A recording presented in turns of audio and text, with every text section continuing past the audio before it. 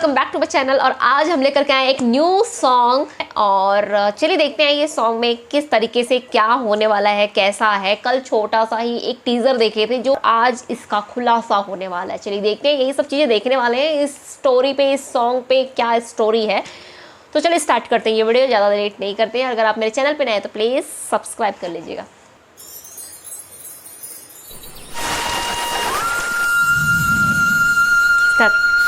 सावधान होशियार, धरती के प्रिंस पधार रहे हैं। काफी सन्नाटा है।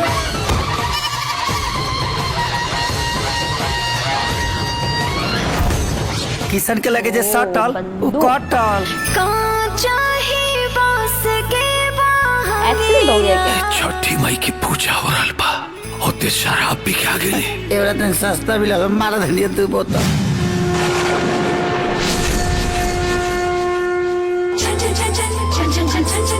अरे हमार बेटा खाली नामे के किशन ना हा, कामों के किशन हा। करे इंतजार राह नानी रेखे, चाहता नहीं हम तो के केहू न देखे। ऐसे बात पायल के पता न चले। एगो जबरदस्त खुशी हमारा रास्ता में मिल गया, अलता के पता भुला गई बा। जवन पहले ना भई जवन आज होई। अब हर गरीब के घर में अनाज होई। रउआ बहुते महान बानी मास्टर जी, का गजब का लायक लड़का पैदा कैले बानी। तो लोगी ना कही कि तू नंदलाल हो, लोगी कही कि किशन के बाप नंदलाल जी जाता।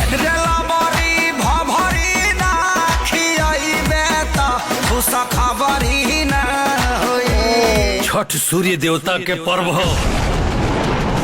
कोसी पर ध्यान रहा, हम खोसी का क्या होता नहीं।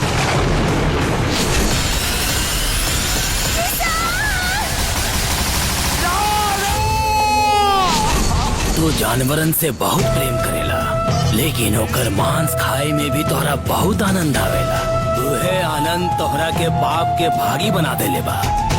अगर सच में तू राधा से प्रेम करेला तई बकरी से भी तोहरा वही तरह प्रेम करे के चाहिए। जौना घर में पूजा पाठ होला ओमे बकरी या कुकुर रहे लगो। वाह, एगो कृष्ण भगवान रहन जे गाय चरावत रहन, एगो ही किशन बा जे बकरी चराई। अब तोहनी दोनों बजावसन।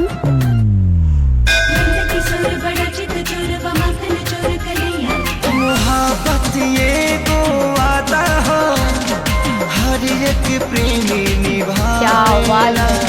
बसुरिया तो कान्हा भी बस राधा खातिर बजावेला।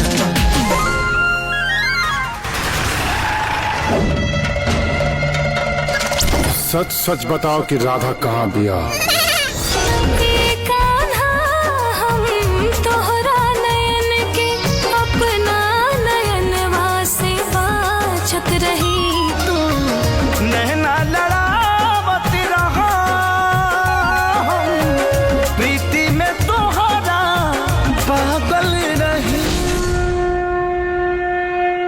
अगर ही बकरी में किसनवा के जान बसेला त मार दई बकरी के।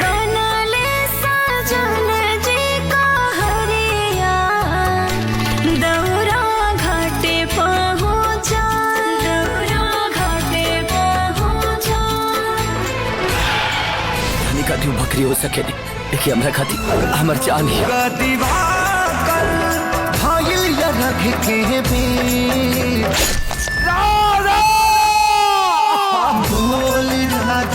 जैसी करनी वैसी भरनी। तो फाइनली फ्रेंड्स, अभी हमने ये सॉन्ग ख़त्म किया और ये न्यू ही सॉन्ग था और बहुत ही ज़्यादा प्यारा।